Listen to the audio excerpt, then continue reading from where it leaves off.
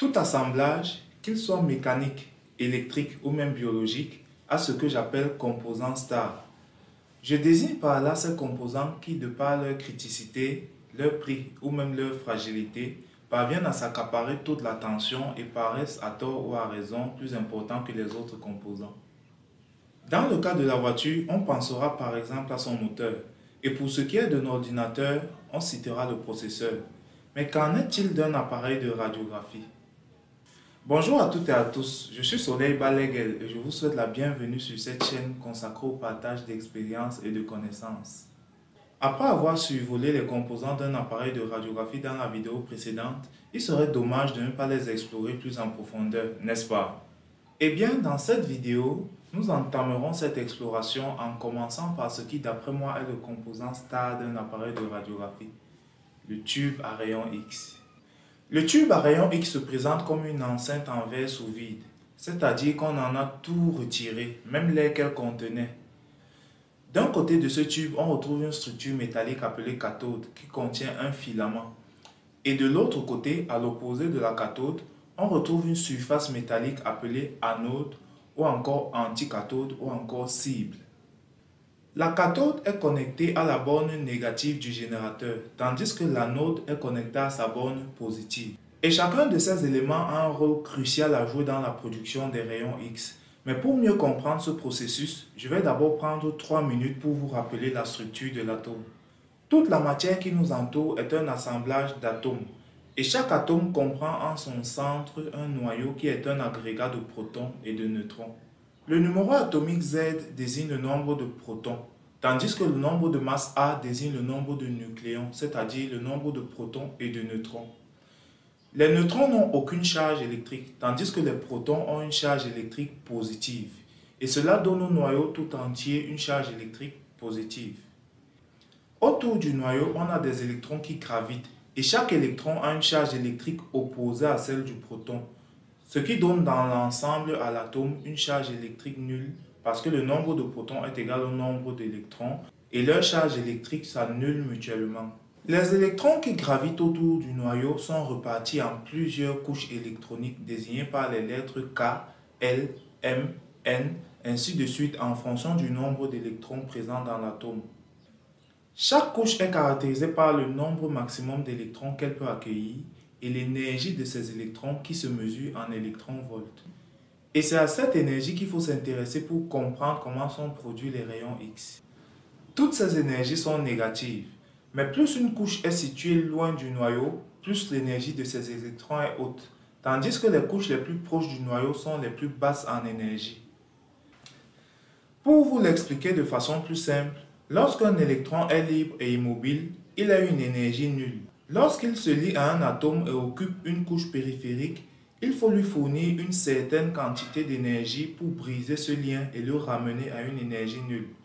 Il a donc une énergie négative qui est l'opposé de ce qu'il faudra lui fournir si on veut l'arracher de l'atome et le ramener à une énergie nulle.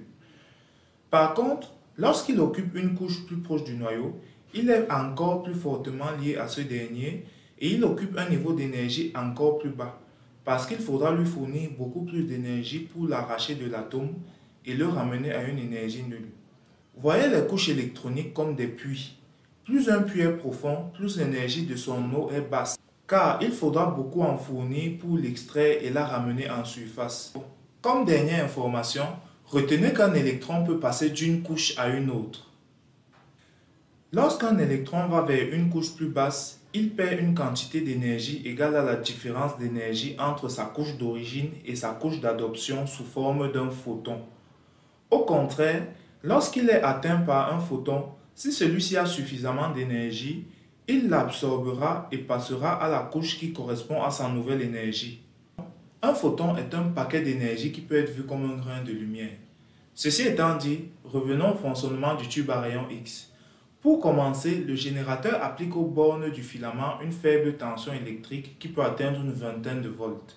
Le but de cette tension, c'est de créer à travers le filament un courant électrique qui va le chauffer et libérer ces électrons qui ne seront plus liés à ces atomes et formeront un nuage autour de lui. Ce phénomène s'appelle émission thermo-ionique. Ce courant se mesure en milliampères. en abrégé MA. Mais parfois, il est multiplié à la durée d'exposition au rayon X en secondes et on obtient le milliampère seconde en abrégé masse. Parallèlement à cette faible tension, le générateur applique entre la cathode et l'anode une tension colossale qui se mesure en kV en abrégé kV et 1 kV est égal à 1000 volts.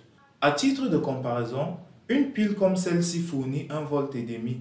Or, le générateur peut fournir des tensions allant jusqu'à 150 kV, c'est-à-dire 150 000 volts, soit l'équivalent de 100 000 piles. C'est colossal, n'est-ce pas? Cette forte tension va créer entre l'anode et la cathode un champ électrique, c'est-à-dire une zone où tout objet de charge négative sera repoussé par la borne négative et attiré par la borne positive, tandis que tout objet de charge positive subira les forces opposées. Étant donné que nos électrons sont plongés dans ce champ électrique et que l'émission thermo-ionique les a libérés de leurs atomes, ils seront poussés à très haute vitesse vers l'anode. On dit que les électrons sont accélérés par le champ électrique. Les électrons accélérés vont pénétrer l'anode à travers une petite surface appelée foyer. Et pour éviter que les électrons ne se dispersent lors de leur accélération, la partie de la cathode juste derrière le filament appelée coupelle de focalisation a une tension plus négative que le filament et une forme courbée. Ces deux caractéristiques exerceront sur les électrons dès leur départ du filament une force qui va les pousser littéralement à adopter une trajectoire d'ensemble plus fine, les focalisant précisément sur le foyer. Une fois à l'intérieur de l'anode, les électrons du filament vont interagir avec les atomes qu'ils y trouveront, et ces interactions seront de deux types. Au cours de la première interaction, un électron provenant du filament entre en collision avec un électron de l'anode. Ce dernier est éjecté loin de son noyau et laisse sa place vide. Un électron situé dans une couche supérieure va descendre pour combler ce vide et donc perdre de l'énergie sous forme d'un photon. Et ce photon se propagera hors du tube sous forme de rayon X. Ce type de rayonnement s'appelle rayonnement caractéristique. Les rayons X issus du rayonnement caractéristique ont des énergies bien précises parce que les couches électroniques des différents matériaux ont aussi des niveaux d'énergie bien précis. Prenons l'exemple du tungstène, un métal très utilisé pour les tubes à rayons X. Les couches électroniques de l'atome de tungstène ont les valeurs suivantes. Par conséquent, les rayons X issus du rayonnement caractéristique de l'atome de tungstène auront les valeurs suivantes.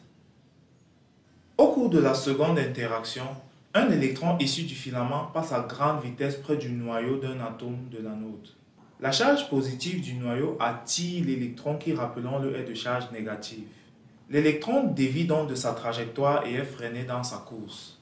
Comme l'énergie cinétique est proportionnelle au carré de la vitesse, en ralentissant, l'électron va perdre de l'énergie cinétique qui sera convertie en photon. Et ce photon va se propager hors du tube sous forme de rayon X. On appelle ce type de rayonnement rayonnement de freinage ou encore Bremsstrahlung. Contrairement au rayonnement caractéristique, le rayonnement de freinage émet des photons dont l'énergie s'étale sur une large plage. Car plus un électron passe loin du noyau atomique, moins il est freiné et moins il libère d'énergie. Et plus un électron passe près du noyau, plus il est freiné et plus il libère de l'énergie. Quelques rares électrons sont même complètement stoppés par le noyau et convertissent toute leur énergie cinétique en photons. L'énergie maximale des photons émis dans le cadre du rayonnement de freinage correspond donc à l'énergie cinétique que les électrons ont gagnée du fait de leur accélération par le champ électrique. Les rayons X issus de ces deux interactions vont se superposer et se propager hors du tube comme la lumière se propage hors d'une ampoule. Et pour éviter la dispersion des rayons X lors de leur production, des mesures sont adoptées dès la conception du tube. Tout d'abord, le point d'impact des électrons sur l'anode, encore appelé foyer, est incliné d'un angle pouvant aller jusqu'à 20 degrés, de façon à émettre les rayons X dans une direction privilégiée. Et son angle d'inclinaison définira aussi l'épaisseur du faisceau de rayons X. Ensuite, l'enceinte en verre est logée dans un boîtier en plomb appelé gaine. La gaine stoppe tous les rayons X qui se propagent dans des directions indésirables. Mais elle sert aussi de support de fixation au tube. Les rayons X ne pourront sortir que par un orifice de la gaine appelé fenêtre. La fenêtre est moins dense car elle est faite en beryllium dont le numéro atomique est 4. Un autre sérieux problème auquel sont confrontés les tubes à rayons X lors de leur fonctionnement, c'est la production et l'accumulation de chaleur. Il faut savoir que seulement 1% de l'énergie électrique reçue par le tube est convertie en rayons X. Les 99% restants sont convertis en chaleur lors des interactions dont nous avons parlé plus tôt. Pour évacuer cette chaleur qui peut conduire à la fonte du filament ou de l'anode, plusieurs mesures sont adoptées. La première mesure, c'est le choix des bons matériaux. Le filament est fait de tungstène, qui est un métal avec une température de fusion très élevée, de 3422 degrés Celsius. Tandis que l'anode est faite de tungstène ou d'alliage tungstène-rhénium. Grâce à ces matériaux, notre tube à rayons X pourra résister à de très fortes températures. Deuxièmement, dans les tubes les plus modernes, l'anode tourne à une vitesse qui peut atteindre 9000 tours par minute dans les modèles les plus récents. Ceci permet d'étaler le foyer qui ne sera plus une petite surface, mais une piste circulaire.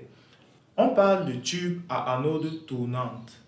Aussi, dans les tubes à anode fixe, qui sont réservés à des applications qui nécessitent de très faibles puissances, le foyer est une plaque de tungstène reposant sur un bloc de cuivre dont le rôle est d'évacuer la chaleur générée. Et enfin, l'espace entre l'enceinte en verre et la gaine de plomb est rempli d'un fluide qui facilitera la dissipation de la chaleur. Aussi, des ventilateurs sont parfois disposés autour du tube pour faciliter l'évacuation de cette chaleur. Sur certains appareils très puissants, ce fluide est même mis en circulation et passe par un échangeur de chaleur qui le refroidit avant de le renvoyer dans le tube. Un autre problème auquel sont soumis les tubes à rayons X, c'est le compromis entre la qualité de l'image et la durée de vie du tube.